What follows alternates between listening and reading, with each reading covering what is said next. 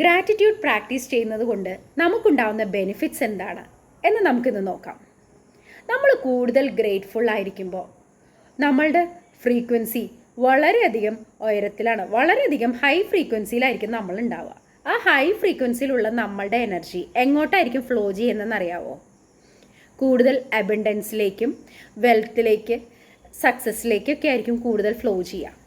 അപ്പോൾ നമ്മൾ കൂടുതൽ ഗ്രേറ്റ്ഫുൾ ആയിരിക്കണം.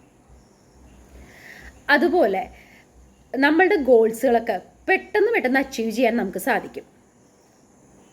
പിന്നൊന്നാണ് നമ്മുടെ സെൽഫ് എസ്റ്റീം കൂടുക എന്നുള്ളത്. സെൽഫ് എസ്റ്റീം എന്ന് വെച്ച് കഴിഞ്ഞാൽ ആത്മാഭിമാനം. നമ്മൾ ചെയ്യുന്ന വർക്കിനോട് നമ്മൾ വളരെ ആത്മാഭിമാനികളായിട്ട് മാറും. അതുപോലെ നമുക്ക് നല്ല ഉറക്കം കിട്ടും.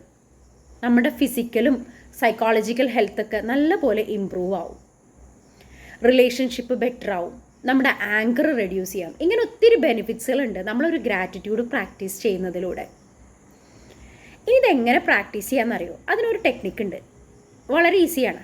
ഡെയിലി ഒരു ബുക്ക് എടുത്ത് നമുക്കുണ്ടായ അനുഗ്രഹങ്ങളെക്കുറിച്ച് ഒരു 21 അനുഗ്രഹം കാലത്തോ രാത്രിയോ ഏതാ സമയം നമുക്ക് കൺവീനിയൻറ്റ് ആ സമയത്ത് എഴുതാം. ഏറ്റവും കൂടുതൽ നല്ല സമയം എന്ന് പറയുന്നത് ഏർലി മോർണിംഗും ബെഡ് ടൈമുമാണ് ഏറ്റവും കൂടുതൽ നല്ലത്. എന്തുകൊണ്ടാണെന്ന് വെച്ചാൽ നമ്മുടെ സബ് കോൺഷ്യസ് മൈൻഡിനെ ഏറ്റവും കൂടുതൽ ഇൻഫ്ലുവൻസ് ചെയ്യാൻ പറ്റുന്ന ഒരു സമയമാണ് ഏർലി മോർണിംഗും നൈറ്റും. അതുകൊണ്ടാണ് ആ സമയം ബെറ്റർ എന്ന് പറഞ്ഞത് കേട്ടോ.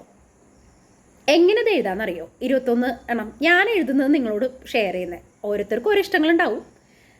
നമ്മൾക്ക് ലഭിച്ച 10 അനുഗ്രഹങ്ങൾ മുന്നിൽ ആദ്യം നമുക്ക് പാസ്റ്റിൽ ലഭിച്ചിട്ടുള്ള 10 അനുഗ്രഹങ്ങൾ എഴുതുക, ലഭിച്ചതിന് നന്ദി എന്ന് പറഞ്ഞിട്ട്.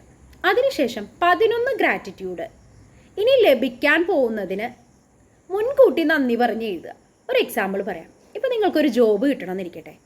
എനിക്ക് ഇന്ന കമ്പനിയിൽ ഇന്ന ജോബ് ലഭിച്ചതിന് നന്ദി എന്ന് എഴുതുക. അങ്ങനെ 11 എണ്ണം പാസ്റ്റിൽ നടന്നതും ഇനി നടക്കാൻ പോകുന്ന മുൻകൂട്ടി അനുഗ്രഹങ്ങളെക്കുറിച്ചും നമ്മൾ താങ്ക് യു പറഞ്ഞ് എഴുതുക. ഈ ഒരു ശീലം നമ്മൾ ഡെവലപ്പ് ചെയ്യുമ്പോൾ ഈ മുന്നിൽ പറഞ്ഞിട്ടുള്ള ബെനിഫിറ്റ്സൊക്കെ നമ്മളുടെ ലൈഫിലേക്ക് നമുക്ക് കിട്ടും. നമ്മളത് ചെയ്തു നോക്കിയാലേ അറിയുള്ളൂ കേട്ടോ. Thank you.